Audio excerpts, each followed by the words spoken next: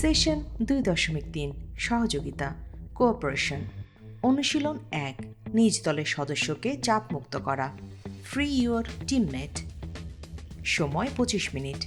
উদ্দেশ্য 1 চাপের মধ্যে পায়ে পায়ে বল গড়িয়ে নিয়ে পাস দেওয়ার দক্ষতা বাড়ানো। 2 ধীরে ধীরে সচেতনতা তৈরি এবং আগ্রহ জাগিয়ে তোলার জন্য সহযোগিতার প্রক্রিয়া চালু করা। 3 বলের পাশাপাশি জীবনের চারপাশের ঝুঁকিপূর্ণ বিষয়গুলো এবং এর থেকে রক্ষার উপায়গুলো চিহ্নিতকরণ। লক্ষ্য বল দখলে নিয়ে একজন সতীর্থের কাছে বল পাস করা যাতে মানসিক চাপমুক্ত হওয়া যায়। নির্দেশনা একটি বৃত্তাকার এলাকা চিহ্নিত করুন।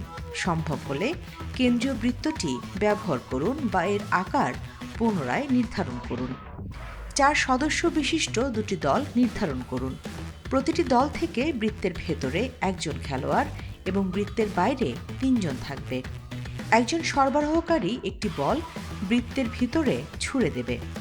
ভিতরের খেলোয়াড় বলটি সফলভাবে আয়ত্ত করবে এবং বাইরে থাকা তার দলের কোনো একজন খেলোয়াড়ের দিকে বলটি ছুড়ে দেবে। অপরদিকে অন্য দলের খেলোয়াড়রা তাদের বাধা দেওয়ার চেষ্টা করবে। যদি বৃত্তের ভেতরের কোনো দল পাস ভুল করে এবং এর মধ্যে যে দল বলটি নিজেদের আয়ত্তে নিতে পারবে তারা বৃত্তের ভেতরে যাবে।